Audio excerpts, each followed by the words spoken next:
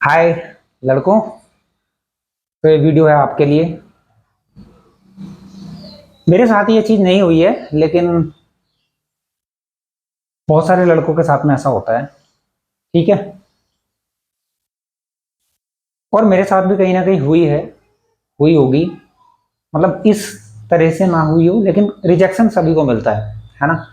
तो लड़कों, आप इतने स्ट्रांग भगवान ने ऑलरेडी बनाए हो, लेकिन उसके बावजूद भी अगर कोई लड़की आपको हर्ट कर रही है, ये बोल के आपके सच्चे प्यार को ठुकरा के कि उसके पीछे हजारों हैं, तो ध्यान रखना, कमी आपके अंदर नहीं है, कमी उसकी सोच में है, कमी उसमें है, उसके घमंड में है।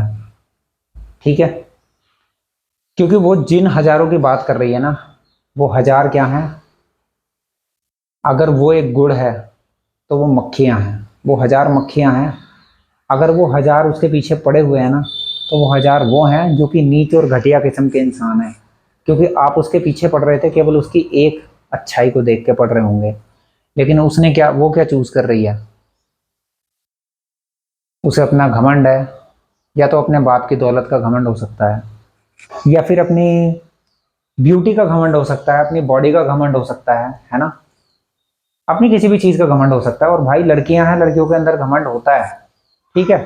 लेकिन अगर उसने आपको रिजेक्ट कर दिया है, तो आपको कुछ चीजें सोचनी है, उससे बोलना नहीं है, बस अपने दिमाग में रखनी है। उसको तो प्यार से जाने देना है कि कोई बात नहीं, कोई रिएक्ट नहीं करना भाई, चले जाओ, जिसको जाना है जाओ। क्योंकि कोई नहीं रोक सकता जाने वाले को।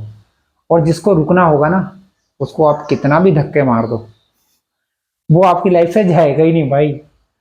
जो सच्चा होगा, जो आपको दिल से प्यार करेगा ना, उसको कितने भी धक्के मारो, कितनी भी गाली दो, वो आपकी लाइफ से जाएगा ही नहीं। ये सबसे बड़ा फैक्ट है। और आप इस चीज को आपने कभी महसूस भी किया होगा, जरूर महसूस किया होगा। जैसे कि आपके माँ बाप हैं, वो आपको कितना भी मार दें, पीट दें, कुछ भी कर दें, आप क्या उनको छोड़ के जाते हो? रोते भी हो उनके लिए, अगर कुछ दिनों के लिए नाराज भी हो जाओगे, फिर वापस लौट के आओगे। और जब आप लौट के आओगे तो यही याद रखोगे कि यार यही माँ बाप हैं, इन्होंने मुझको गुस्सा किया था और यही मुझे इतना प्यार करते हैं, इन्होंने मुझे सही तरीके के लिए सही चीज के लिए गुस्सा किया था, है ना। चलो टॉपिक को नहीं बदलते, तो ध्यान रखते हैं कि लड़कियों से कैसे अपने आप को उस ब्रेकअप से कैसे आगे निकाला जाए, कैसे अपने आप को अच्छा कंडीशन में लाया जाए।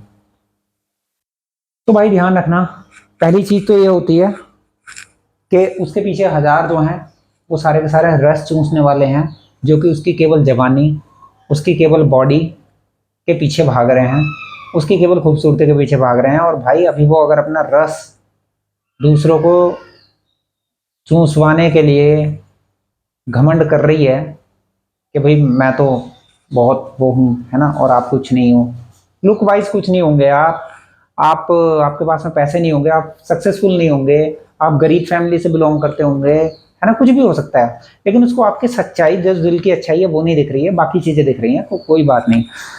तो सबसे पहली बात तो ये हो गई।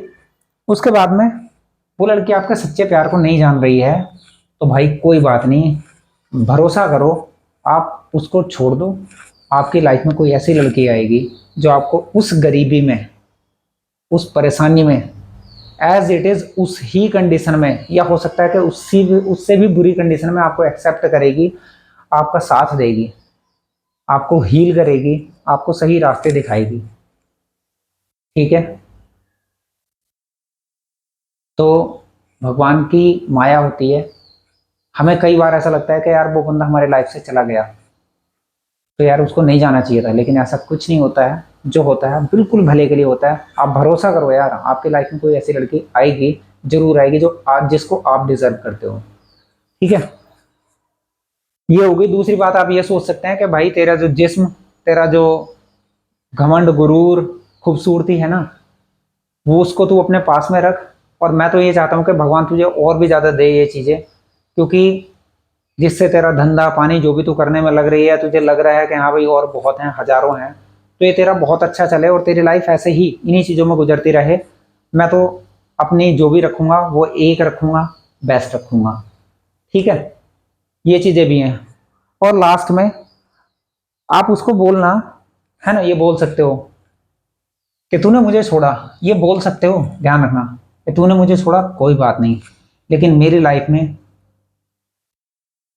लाइफ में कोई सीता आएगी जो कि सीता माँ के जैसी पवित्र होगी, है ना, जिनको कई परिस्थितियों का सामना करना पड़ा तब भी वो पवित्र रही, है ना।